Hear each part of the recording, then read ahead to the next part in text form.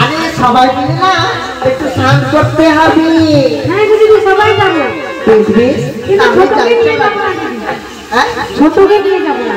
কথা বলেছিস রে, সবাই মিলে যাবো, ছোটকে একদম নিয়ে যাওয়া যাবে। রাজার ঘরে ছোট রানী, রাজার আদরের প্রিয়সিনী, ও যদি আমাদের সঙ্গে চলে যায় না মহারাজ খুব রাগ করবে। তাহলে সবাই মিলে যাই, চলো। ও দিদি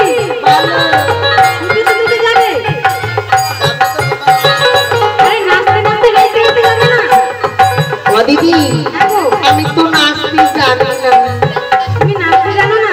গাইতেও জানি না। তাহলে আমি গাইছি, তুমি নাচা শুরু করো, গাওয়া শুরু করো। যেতে যেতে তাই না কিছু কথা আমি বলবো তোমার কানে কানে।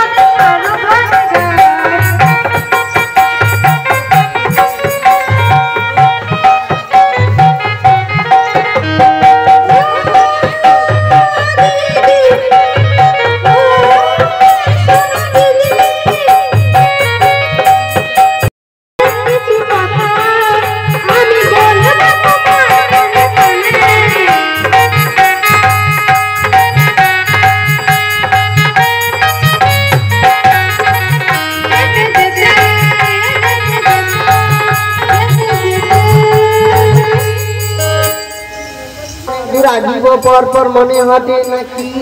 ও দিদি কিন্তু সবাই তো এলাম, ও তো এলো না। ছোট একটু সাজছে তো সময় তো লাগবে। ও এখন সাজাই ব্যস্ত রয়েছে, তাই না দিদি?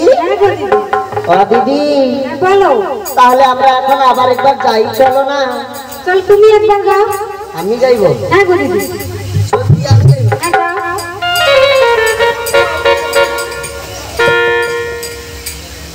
বেশ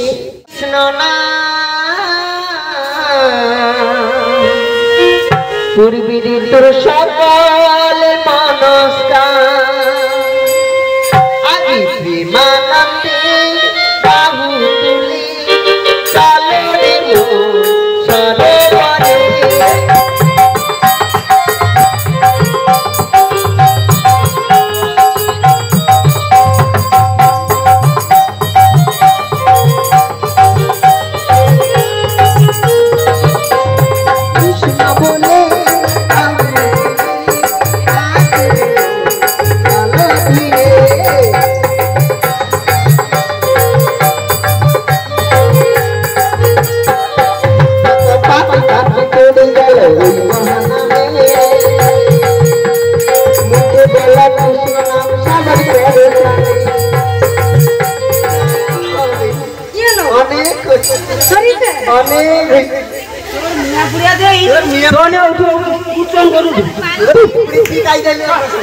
আরে ব্যাপারটা কি করছে শুনছু?